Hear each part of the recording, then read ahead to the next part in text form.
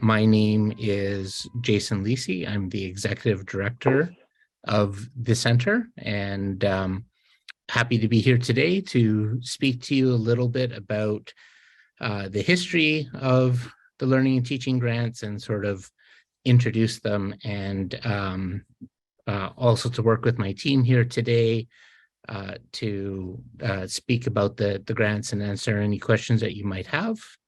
We're also very honored today to have Cynthia Holmes, the interim Vice Provost Academic, here just to speak a little bit on behalf of the Provost for the Learning and Teaching Grants as well. So maybe can we go to the land acknowledgement? So Toronto is in the dish with one spoon territory. The dish with one spoon is a treaty between the Anishinaabe, the Mississaugas, and the Haudenosaunee that bound them to share the territory and protect the land. Subsequent Indigenous nations and peoples, Europeans, and all newcomers have been invited into this treaty in the spirit of peace, friendship, and respect. And when I read this, what I think about is how I'm an uninvited guest on these lands, and I feel an immense obligation to care for the lands and to protect them to the best of my ability, and to respect the peoples whose lands this originally was.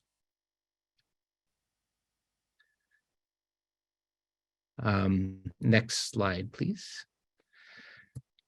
So for today's agenda, we're going to do welcome remarks. I'm going to have the team introduce themselves. I'm going to just highlight a little bit about sort of the history of the Learning and Teaching Grants for those of you who might not know.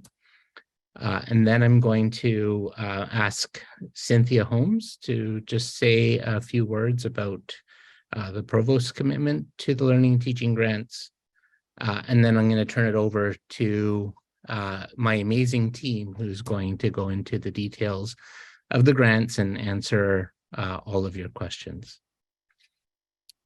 So maybe can we start with introductions? And just looking at my screen, Andrea, you're first. So if you wouldn't mind just introducing yourself to everyone. Hello, welcome everybody. It's really lovely to see some familiar faces or names on the screen.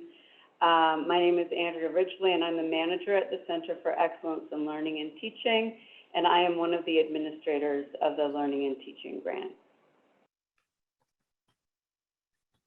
Thank you, Andrea. And I see Curtis next. Hey everybody, welcome. My name is Curtis Maloli. I am the Associate Director of the Center, and really thrilled to see you all here today. Thanks, Curtis. And Zara. Hi everyone, I'm Zara. I am the Administrative Coordinator for TD and EL, and I also manage the LTGs as part of the portfolio. Welcome everybody.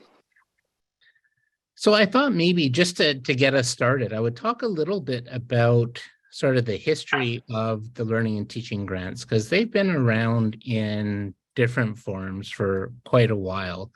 And to me, it really speaks to this institution's commitment to excellence in learning and teaching. So the Learning and Teaching Grants are actually funded directly from the Provost, and the goal is to support teaching enhancement and to expand the student experience in new and innovative ways.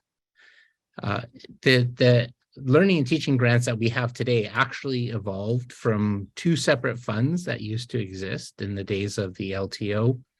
The first one was the Learning and Teaching Enhancement Fund, and the second one was the Equity and Diversity Teaching Fund. And the reason why I mention that is because even though we have one Learning and Teaching Grant now, really the spirit of both of these funds is reflected in what we have today. Over the years, the Learning and Teaching Grants have evolved to sort of match and reflect the needs and priorities of the institution's academic plan, but also really to acknowledge our continued goals for equity, diversity, and inclusion, and to really embrace those in the grants that we do. One of the things that's relatively new with the learning and teaching grants, which I think is a really positive change, is that they've evolved into grants that we like to see being sustainable and evidence informed, that they can be applicable not only to a single course, but beyond. So really looking at ways to create sustainable change in meaningful ways across the institution. And as we go along and my team speaks about the learning and teaching grants and the process, I'm sure they will give you some examples of past grants that have been done, and just to give you an idea of some of the things that we're looking for. With that, I'm going to turn it over to Cynthia Holmes, the interim Vice Provost Academic, to say a few words on behalf of the Provost. Thank you, Jason. So I just wanted to take a few moments to represent Roberta, our Provost, to say that these grants are very important to her and to me and to institution as a whole. What it does is providing money in this way to those of you who are improving, enhancing, and innovative in your teaching is part of our ongoing commitment to achieve teaching excellence, a priority laid out in our academic plan. So I want to very warmly thank all of you for attending today, and also very warmly invite you to apply for these grants.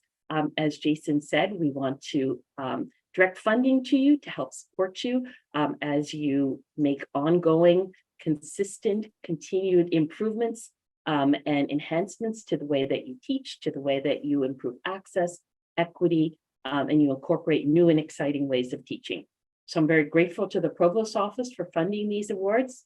And I'm also very grateful to all of you for attending today and for reaching out and supporting your students and their education in this way.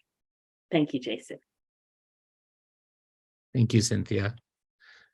And with that, I'd like to turn it over to the team. So Andrea, Curtis, and Zara, over to you.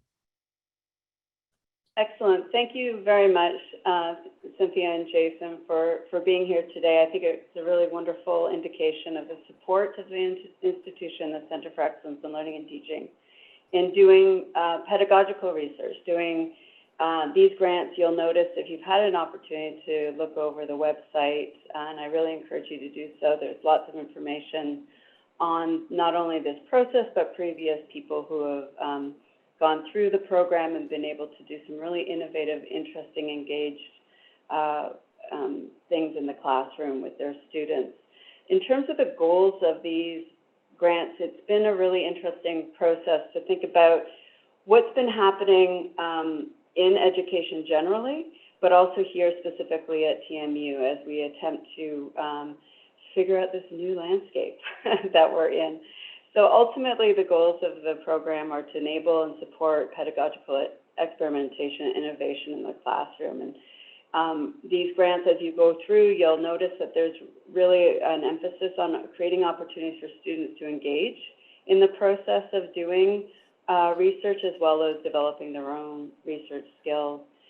And we also want to ensure that this process, including today, as much as we can at the end, we're leaving opportunity for a question and answer, maybe some opportunities for us to learn or hear about what ideas we might be having about what we might want to apply for.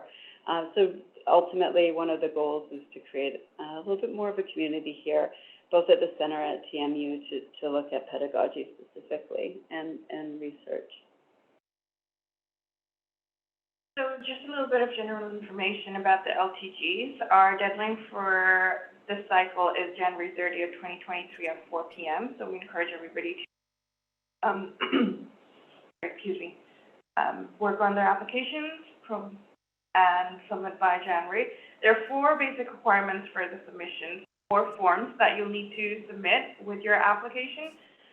The first one is the application form itself, then there's a budget form and a timeline form, and lastly, there's a signature form. The grants basically range from about $5,000 to $12,000, and the duration of the grant is 12 months. So ideally, May 1st to April 30th is the grant cycle. And as you, again, if you've had an opportunity to look at the website, you'll notice that our priority focus areas are really meant to be aligned not only with the academic plan of TMU, but ultimately with some very clear emerging themes that are coming out of many reports that are being presented to the TMU community. So very specifically, and I'm happy, you'll notice on the website there's lots more information under each of these, but very briefly, looking at enhancing the student experience, whether that means looking at open educational resources, ensuring that there's expanding implementation of that approach, looking at universal design for learning as a way of ensuring adapting your course design. For example, connecting the student experience inside and outside the classroom. So that's really the experiential piece, seeing how accessible and inclusive and engaged these programs can be, developing partnerships in the community, for example. One of the other priority areas is supporting student mental health and well-being, very specifically looking at perhaps trauma-informed teaching, an emerging field definitely being taken up and held by many of our community members, and also looking at bold new ways of engaging in incorporating, involving student well-being, students themselves, as well as the approaches to doing course design, assessment design, things like that. Advancing Indigenous initiatives in decolonization. So really wanting to deepen what that means in the classroom, whether it be about building relationships with Indigenous communities and students very specifically, to create to shift the way that a classroom feels, the way that we can support Indigenous knowledges, perspectives, and experiences in order to build with our communities, our Indigenous communities. And beyond that, it's the deepening and expanding new and innovative curriculum in Indigenous studies, as well as developing a specific Indigenous curriculum and integrating its scholarship into the course content in a way that's truly meaningful and thoughtful. Advancing Black Studies curriculum and pedagogy, very similarly, in terms of being able to deepen and expand and experiment with new and innovative curriculum in Black Studies, emerging discourse and scholarship in course contents, working with community collaborators and advisors has been something that has been very wonderful to see in previous grants. As Jason noted, hopefully we'll have an opportunity to speak a little bit more to some of the grants that have been funded.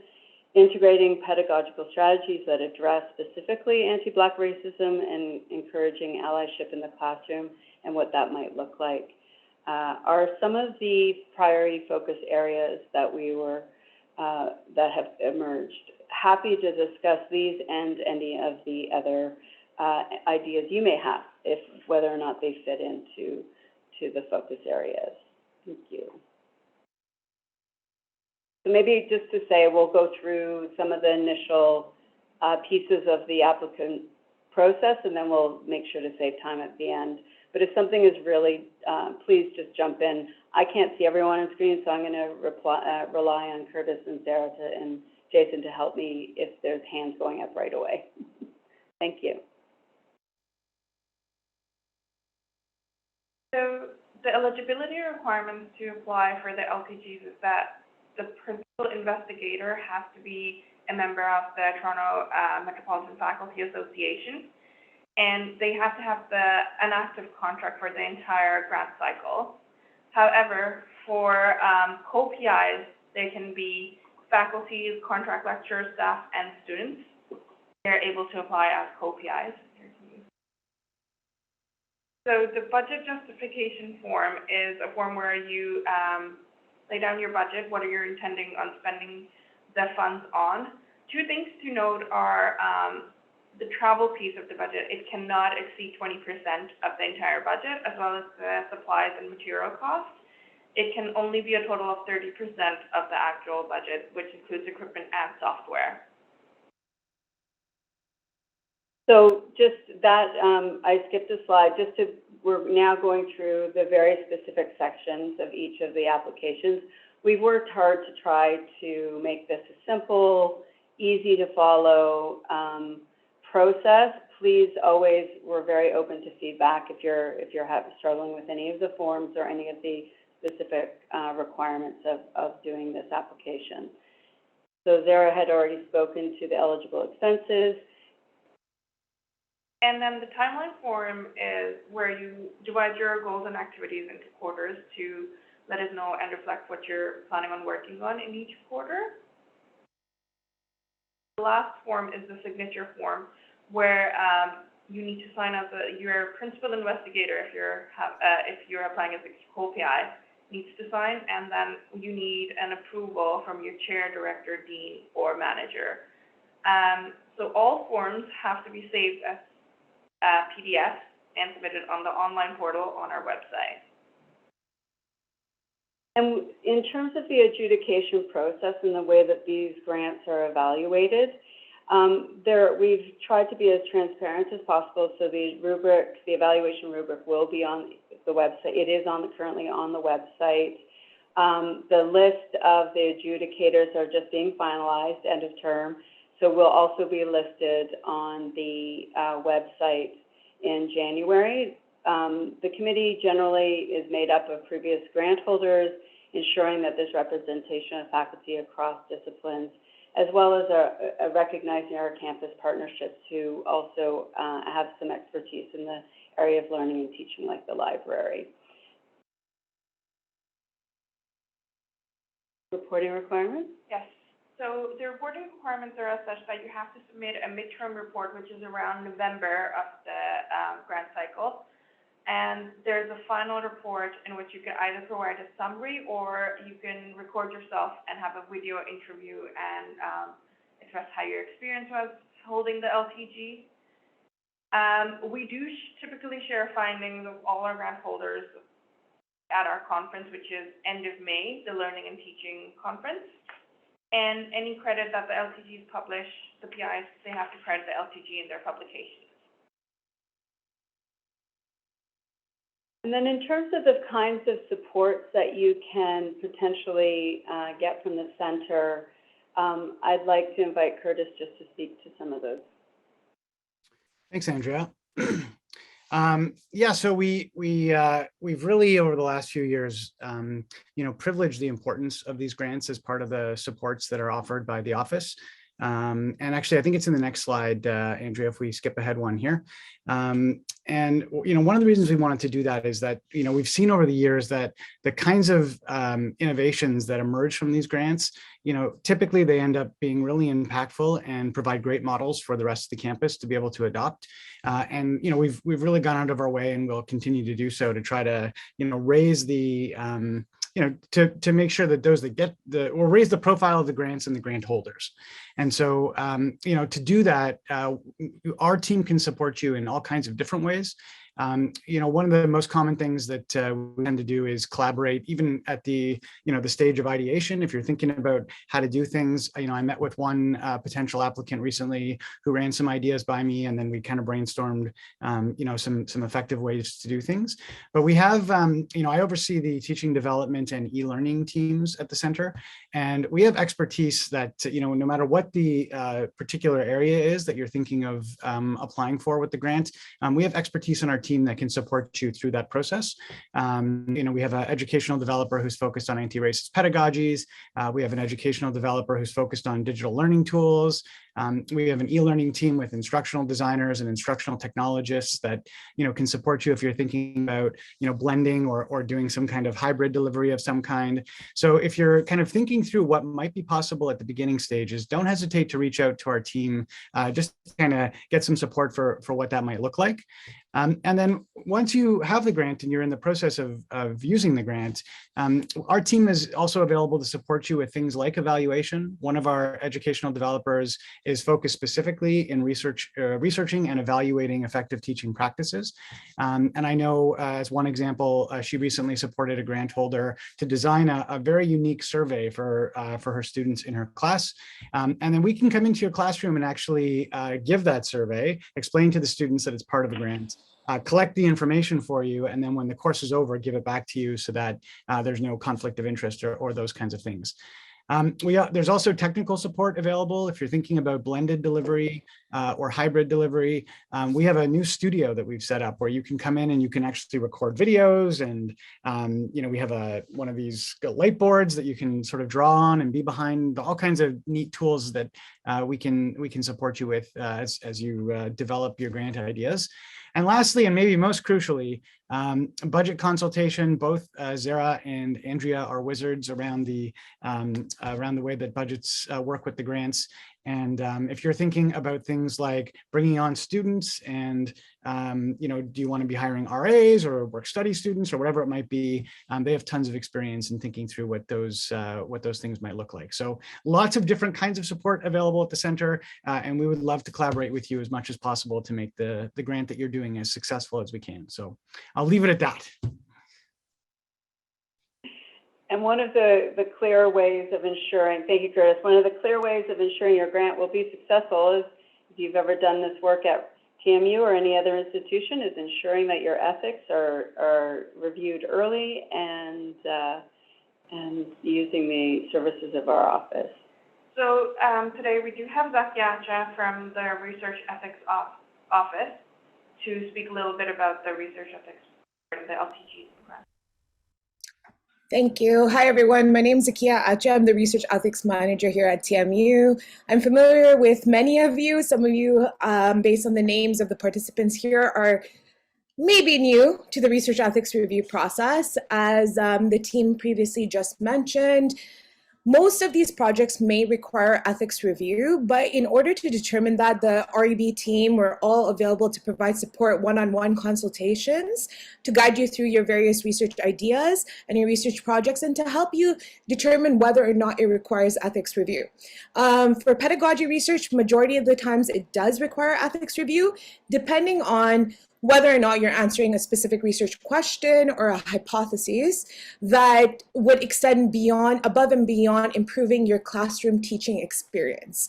In certain circumstances, it may be exempt from RB review if you're only doing program evaluation or program development, but we also offer two streams of figuring out whether you require ethics approval or whether or not you require a full submission.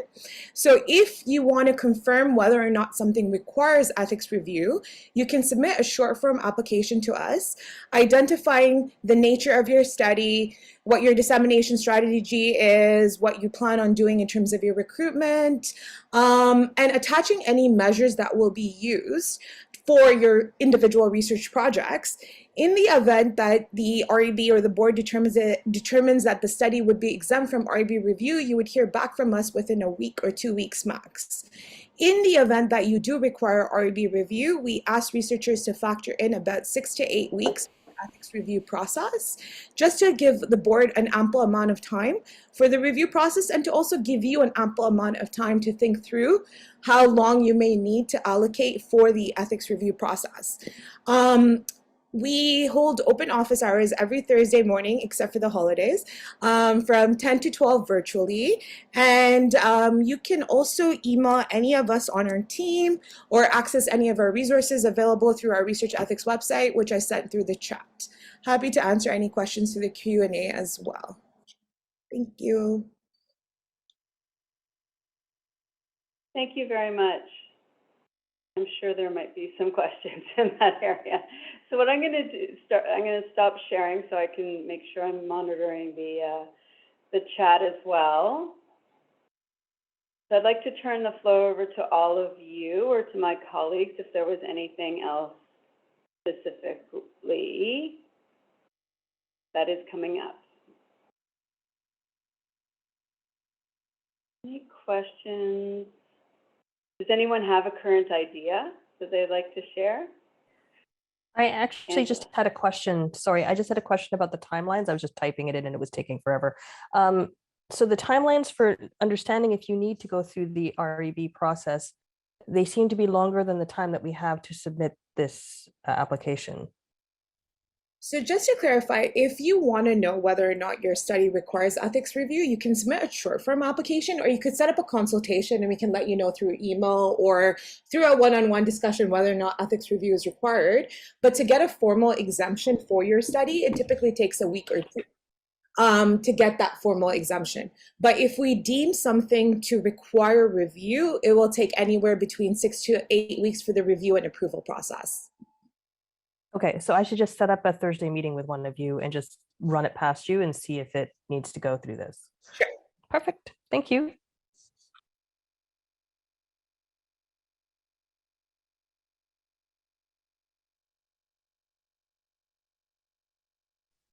Yeah, Sean, that's correct. Yeah, just to be clear, I think my colleague Angela was asking about the timelines. You can apply, get your feedback, but it's before you spend the money, before you start operating on your students, that you need the ethical approval, not before the application process to operate on your students. That's it. You Yes, got it. thank you. That answers the That was my timeline. question, so I appreciated Angela bringing it up so well. On a similar point of clarification, on an explicit, oh, I'm so sorry. Other people have their hands up. I'll wait my turn. I see Shireen. Hi there. Thank you so much for sharing all of this information. I work with the Urban Farm at TMU. I'm the research coordinator there, and we are considering applying for this learning and teaching grant in order to support experiential learning on the farm. I'm just wondering if, like, I perceive it to be relevant, but like to get funding to create a framework within which we can kind of establish certain experiential learning partnerships, because many professors have courses that they teach that they find it relevant to bring their students for a tour, come for some hands-on, like they want their students to have some hands-on learning experiences at the farm. But that requires a lot of time and capacity of the team to be able to support that. So I'm wondering if that would be relevant. We have a professor in the School of Nutrition who would be our principal investigator. So I'm wondering if that all sounds like something that would make sense for us. I can answer that. That definitely would make sense, Shireen. I think if you've got a professor that you're working with and you're thinking about how to animate the farm as a key part of the assessments or the facilitation or whatever it might be, I think those are definitely really valuable ways to think about that, connecting inside and outside of the classroom. So definitely, yeah, absolutely. It's a great topic. It's being done at other universities too, so I'm excited to see that we might have a model here. Cheryl is next. And then Sean. Go Oh, ahead. sorry. Or, Oh, I think Cheryl is next. okay, I don't see that. Yes, sorry. Hey, Thank you so Cheryl. much. Hi, thank you. I'm not gonna unmute my video just because I'm looking a little homely today. But I just wondered about two things. First thing is the 30% for potential software, like costs that you mentioned. I'm just wondering if you could just break down some examples of what people have proposed in previous grants as it relates to that 30% allocation. And then the second part of the question is just also related to, I can't remember, we kind of went by it a bit quick. It was the deliverables, like the breakdown in the grant itself in terms of the boxes of what you plan to do.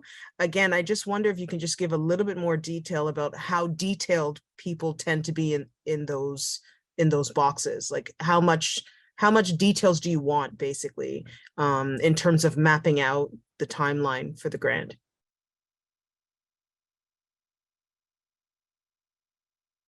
Oh, are you speaking just about the timeline or the whole application, how much is required for each section in terms of detail?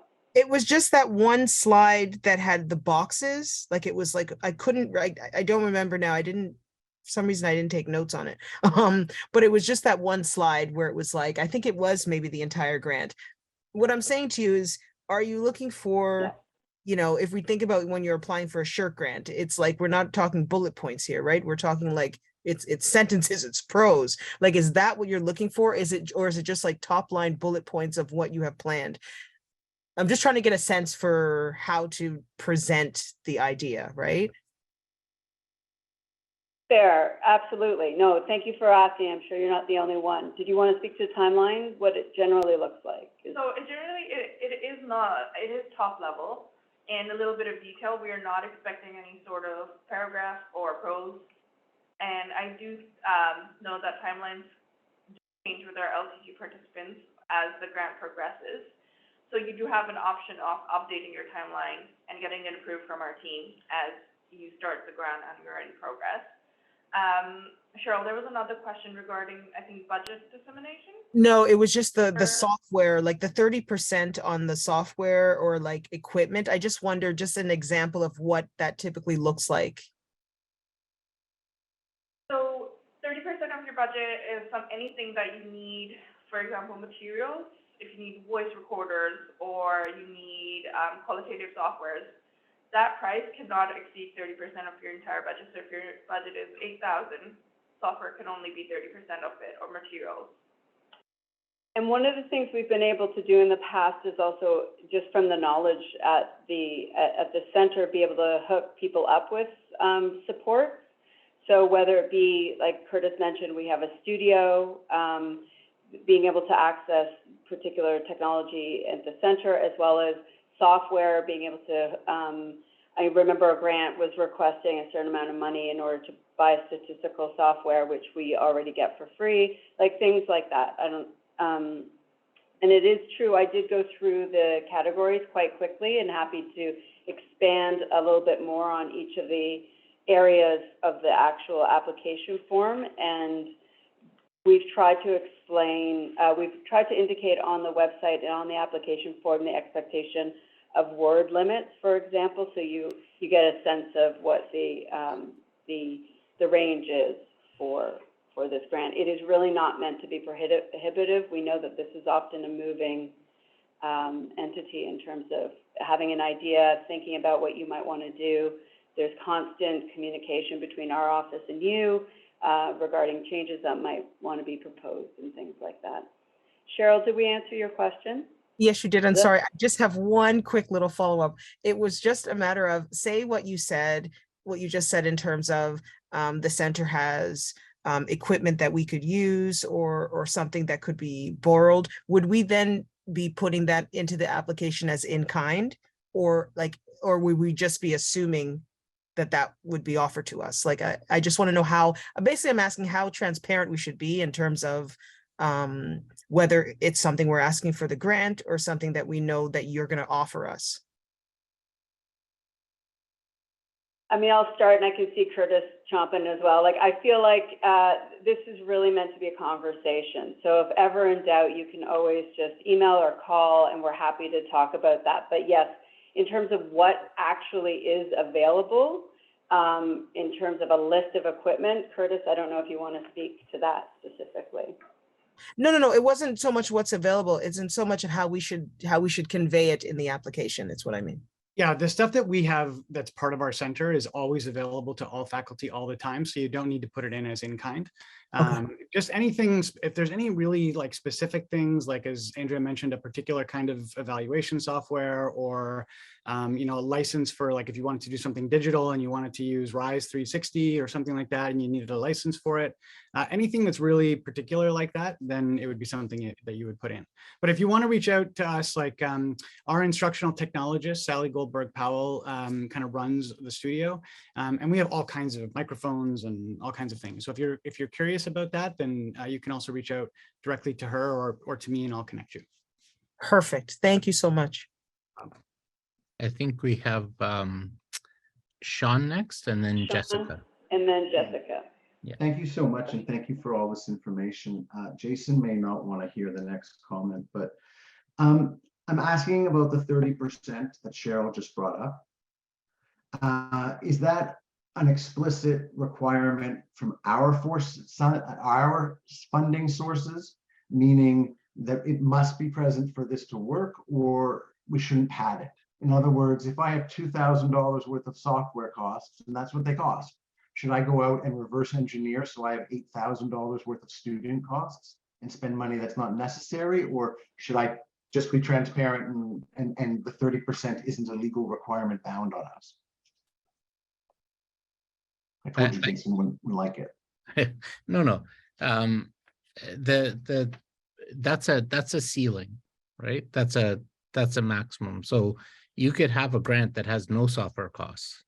It's just what we're, But could you have a grant that has no student costs? If it's all software costs? That would be very difficult to I think, to make a case for. Okay, so padding it is. Yeah, but I mean, we could have a conversation, I guess, but really, Okay.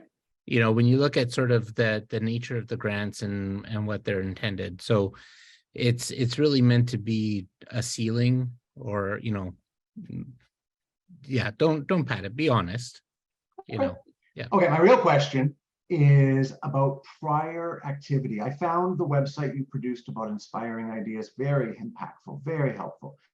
What I would have found even more helpful would have been a copy of the grant application, redacted as may need be, so that we could see how that started. Because I imagine when it's finished and after reflection, it looks really different. And I think I find it hard to sort of put certain things into words. So I would benefit from seeing prior successful applications themselves. Is there a database we can search?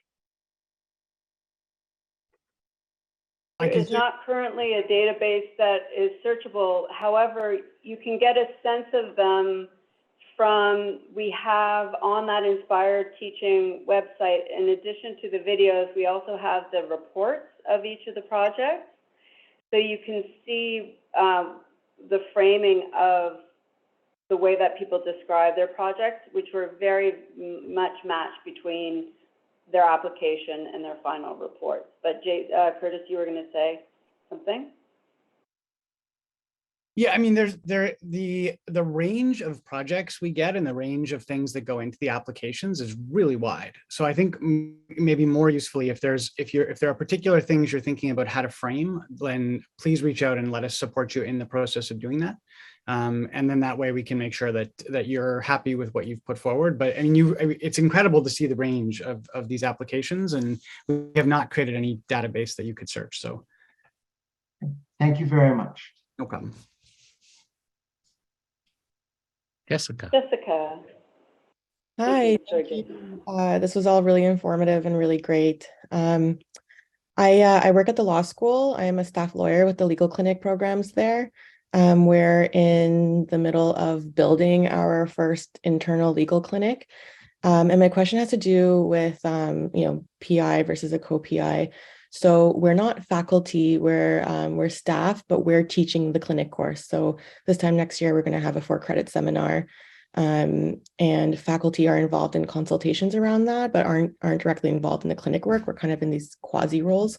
So I was wondering, in terms of how to go about applying, will we need to find a faculty member who can kind of do just kind of oversee the project, but we're the ones running it all, or can we apply as PI ourselves? Yeah, so you wouldn't be able to be a PI yourself if you're not a TFA member. But if there is a way for us to frame the project in the context of the curriculum that's attached to a TFA member, then we might be able to do it. So that might be one to consult with us ahead of time. I'd be happy to consult with you about that. Okay. All right. I'll be in touch with you. Thank you so much. Great. Yeah.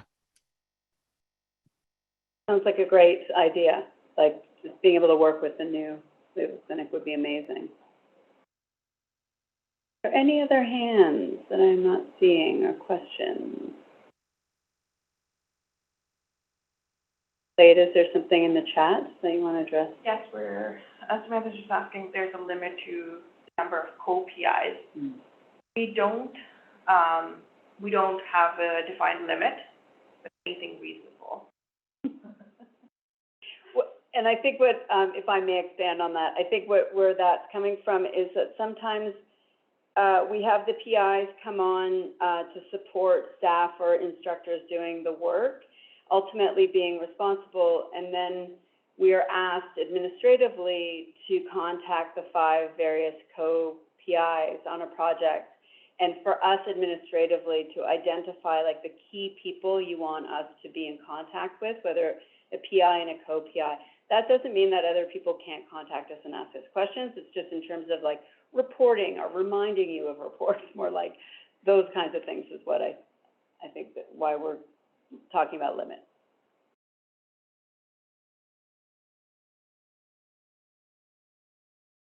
All right, team, anything else? Anything that I didn't get a chance to, reflecting on previous applicants, Curtis, Jason, and Sarah, if you can think of anything that's come up previously that people might want to know about. I would just say that, you know, to the question that Sean was kind of asking earlier about involving students in the project, that's something that I would say the most successful applications have some aspect of student engagement involved. And, you know, really it's because, you know, as we're thinking forward to the future of teaching, you know, to be able to involve students in the process of design is a really great opportunity for us. And some of the best projects and the best results have come when students have been able to kind of not just be consulted, but really work with the professors to be thinking about, you know, what assessments look like and what different kinds of impacts are in the classroom. So even if your project is focused, let's say, on implementing a particular kind of technology or whatever it might be, you know, the more we can involve students in the process of that design and whether it be as or evaluation as research assistants or as work study students, I think, you know, there can be a really rich opportunity there. So I would just say you'll notice that one of the categories that or the criteria is the ways that we engage with students in the project, and it's quite intentional. So I just thought I'd mention that. Angela. This is a weird question, but the course that I'm thinking of working on developing is a 4th-year course, and therefore it might be most useful to survey past students. Is that viable still? Yeah, I mean, I think so. Absolutely. We've had situations in the past, and I know there was another project that I spoke to where, you know, there's a particular discipline where they're rethinking a 1st-year course. Yours is 4th, but theirs was 1st. And to do that, they want to actually hire students to run little focus groups and maybe have, you know, 1st, 2nd, and 3rd year and 4th-year students all involved in the process of redesign because they've all gone through the course and they've all, you know, thought through what the implications of that course were. So if you have access to students who have been through it or who are in the program, that kind of stuff, I think it's a great data point that you could definitely work with. Jason? Sorry, go ahead. Is that something you could help me do, is to find alumni who've taken the course, or is that not something you guys would do? That's something we would do, but certainly your departmental chair or director or whoever might be able to do something like that. Jason? Yeah, I just wanted to offer some advice from the perspective of somebody who has adjudicated a fair number of these grants in the past. One thing that is going to be really important to demonstrate for the people who are reviewing your applications is that the grant money that you're requesting can be used to create something that is going to be sustainable beyond that, right? Because, you know, if there's not a clear sense that, you know, once the grant is spent, that you know, whatever you've done is going to be able to continue on its own, that's, you know, that's something that usually tends to be a problem in the adjudication process, because the grant is a one-time only thing. So something to keep in mind, you know, when you're preparing the grant, it should be clear that whatever you're doing is going to be able to continue. And sort of in that vein as well, and that it's something that can be helpful beyond just a single course is really important. So that if I was going to give you advice from an adjudication standpoint, those are things that tend to come up fairly frequently. And then again, would you say that there is potential to problem solve around that? I'm trying to remember the grant, Sarah, help me out, where there was a proposal of having speakers in the classroom, or wanting to ensure that there was community representation in the classroom and wanting the money to go towards speakers. And then because that work wouldn't necessarily be sustainable, that the idea of coming up with more interactive modules or recordings or those kinds of ways of, so again, please reach out and we can brainstorm maybe some creative ways of addressing that if it's a concern. I noticed Shireen has asked in the chat if we could speak to any specific examples. Is there a particular area, Shireen, that you're interested in, or just sort of generally just hearing about some past projects? I mean, I shared the area that we would be interested in applying to. So if there's any that are close to that, that would be cool to hear about, but also just in general. Yeah, well, I mean, a lot of the time, not always, but a lot of the time, one of the things that faculty members will experiment with are, one of two principal things, but this is not an extensive or exhaustive list, but often it's a question of delivery and how the content is delivered, or a question of assessment. Again, those aren't the only two things, but many projects focus on one or the other. So, in the case of a course that wants to integrate more experiential learning, and, you're obviously talking about a nutrition course, where the food comes from, how it's grown, all these kinds of questions that, maybe a nutrition student might not be able to engage with as fully as they could if they engage with the farm. There you could be thinking about both the farm itself as something that is integral to not just the content, but to how the course is being delivered. What are we doing on the farm? And then what kinds of assessments might be attached to that farm? What might the students be doing that gets them to actually enact their knowledge in nutrition, but do it in some way that's connected to that space? In the past, we've also had situations where, maybe a science course where students are not used to doing things like reflection. And we've had situations where a science instructor has included a series of reflective assignments to get the students to do a bit of metacognitive work around their methodology and what they're trying to accomplish. So instead of, following steps 1, 2, 3, and 4, now the student is following a step and then, reflecting on what was achieved and what they need to go back to, and really, thinking about assessing in different kinds of ways. So, I was speaking to a professor recently in a program where traditionally they've always written essays, and that was the assessments. It was like tests and essays. And so, right now, what might we do other than just essays where the students could enact that knowledge, demonstrate their knowledge, maybe write in a different kind of way or for a different kind of audience, or translate the knowledge differently. So, it's a wide open canvas, and that Inspired Teaching website gives a lot of the kind of best examples that not the best, but many wonderful examples that we've seen so far. So it's worth just checking out that page and exploring it a bit. Shireen? Thanks, Curtis. If somebody could drop the link to that page that you're referring to, that would be helpful. And then I just have a follow-up question to that, which is, so we have one professor who we've been who we've worked with a lot, who was the one who brought this grant to our attention, who is within the nutrition school. But we have a lot of different professors from across disciplines that we engage with, from architecture, urban planning, food, who teach food studies courses. So do we need to get all of these professors on board to understand how they intend to integrate the urban farm, like a visit, a tour, a hands-on learning on the urban farm into their coursework, for them to create individual to speak to the individual kind of delivery and assessment based on their specific courses? I think that's a good idea. So it could, and there's a lot of different ways that you could go with it. Maybe it's something where, there's a nutrition course and a biology course and I don't know, a history course.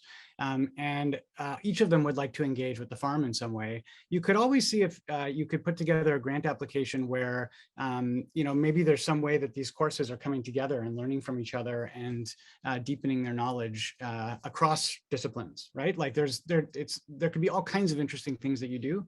So I would just say, for the sake of this, reach out, and I would love to speak to you about this. It's a topic that I've actually been talking to others about on campus. So let's have a chat. Thank you all so much for coming. It's very exciting to see you all here. Don't hesitate to reach out. Have a wonderful break. We try to do this now. We don't want you doing this over the break. So the deadline is again January 31st. Please reach out.